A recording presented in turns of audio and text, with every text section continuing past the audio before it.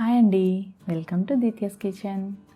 ఈరోజు మన special recipe వచ్చేసి పొన్నగంటి కూర ఎగ్ కర్రీ అండి. మామూలుగా పొన్నగంటి కూరతో పప్పు కానీ ఫ్రై కానీ చేస్తాము. ఎగ్తో చేస్తే చాలా చాలా బాగుంటుంది. ఎప్పుడైనా ట్రై చేసి ఉండకపోతే కనుక ఇప్పుడు ట్రై చేయండి. ఎలా ఉందో నాకు కామెంట్ సెక్షన్లో చెప్పండి. ఒక ప్యాన్ తీసుకున్నాను, అందులో 2 టేబుల్ స్పూన్స్ ఆయిల్ వేసుకున్నాము. ఆయిల్ కొంచెం వేడయ్యాక ఆనియన్స్ వేసి ఫ్రై చేసుకుంటున్నాను. ఒక పెద్ద ఆనియన్ కట్ చేసుకున్నానండి, చిన్న పీసెస్ కింద కట్ చేసుకుని వేసుకుని ఫ్రై చేసుకోవాలి. దాంట్లో 2 పచ్చిమిరపకాయలు చీరికల్లా చేసుకుని వేసుకున్నాను. 1 టీ స్పూన్ అల్లం వెల్లుల్లి పేస్ట్ వేసి ఫ్రై చేస్తున్నానండి.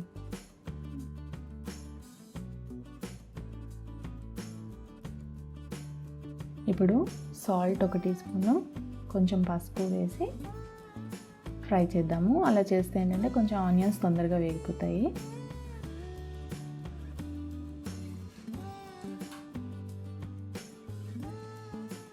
ఫ్రై అయ్యాక పొన్నగంటి కూర ఆల్రెడీ నేను వాష్ చేసి కొంచెం కట్ చేసుకున్నానండి. కావాలంటే ఇంకా చిన్నగా కట్ చేసుకోవచ్చు.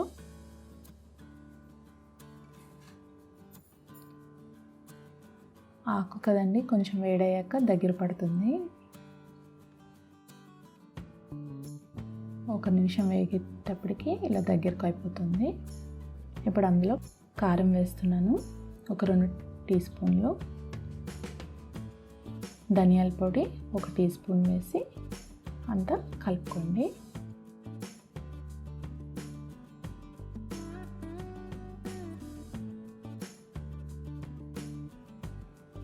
కొంచెం 1 నిమిషం ఫ్రై అయ్యాక ఇప్పుడు దాంట్లో వాటర్ వేసి కొంచెం ఉడకనివ్వాలి. ఇప్పుడు గరం మసాలా అండి, 1/2 టీ స్పూన్ గరం మసాలా వేసాను. వేసి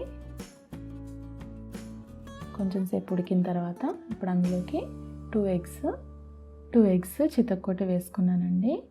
ఫ్రెష్ ఎగ్స్ అయితే డైరెక్ట్ వేసుకోండి, లేదు అంటే కనుక బౌల్లోకి ఆల్రెడీ తీసుకుని అప్పుడు వేసుకోండి. ఒక 2-3 నిమిషాలు అయిన తర్వాత మనం వాటిని తిప్పుకుందాము. ఎగ్స్ తిప్పుకొని కుక్ చేసుకోవాలి. ఇప్పుడు ఆ గ్రేవీలో ఎగ్స్ కూడా కుక్ అవ్వాలి. మనకు ఒక 5 మినిట్స్ పడుతుంది అంతా ఉడకడానికి. ఉడికిన తర్వాత సర్వింగ్ బౌల్లోకి సర్వ్ చేసుకుందాం. వేడి రైస్తో సర్వ్ చేసుకుంటే చాలా బాగుంటుంది. డెఫినెట్గా ట్రై చేయండి. ఎలా ఉందో నాకు మీ ఎక్స్పీరియన్స్ షేర్ చేయండి. ఈ వీడియో కనుక మీకు నచ్చినట్లయితే లైక్, షేర్ అండ్ కమెంట్.